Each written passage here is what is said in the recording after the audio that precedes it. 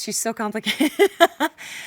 We start off as Anna as a child, actually, in the beginning of the film, and so we see her progress from a young child into a woman. She's a woman with extreme trauma, who's sort of was taken in by someone who raised her. She lost her family, and she's sort of trying to cope and deal with her loss throughout the film. So she's, she's making the best of it and really, trying to make it through.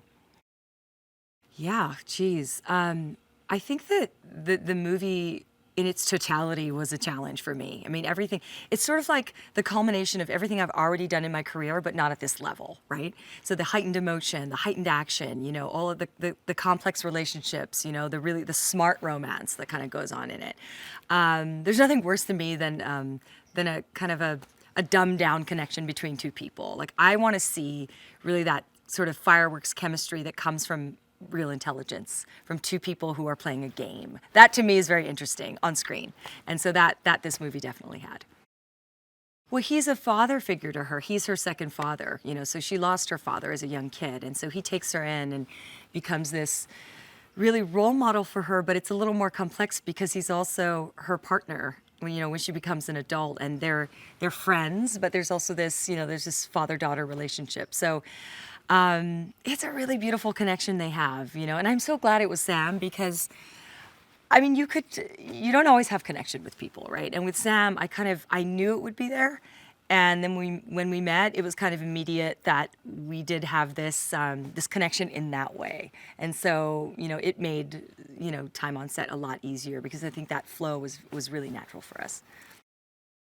Michael Keaton is a legend. He really is. And what I loved about their chemistry in this movie is that, I mean, it wasn't physical. They're playing a game of wits. And she's highly intelligent, and so is he. And I don't think he's ever met his match in the way that he does with her in this film. And I think that is sort of the crux of their relationship. It's who's going to get ahead of the other and how are they going to do it. And they both know that they're both capable of it. So it's that game. It's that constant game. And you never really know what's going to happen with them until literally the end of the film. Up to the last second, you don't know who's going to make what decision. And it becomes a really exciting type of romance. I mean, I hate to even call it a romance. It's better than that, I think.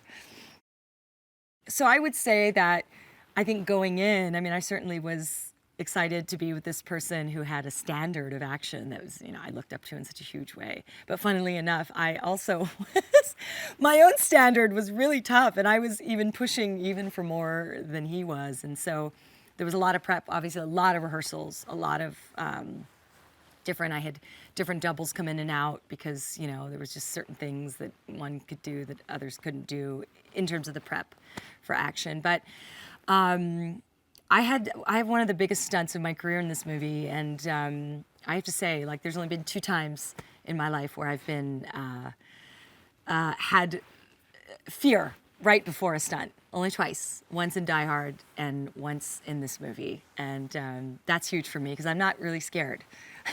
I'm not a person who has fear when it comes to jumping off of buildings or whatever, but in this one, I really was like, whoa. And you also, as you get older, I mean, you're getting older every year, and then you're still doing these crazy things, and you're like, should I still be doing this?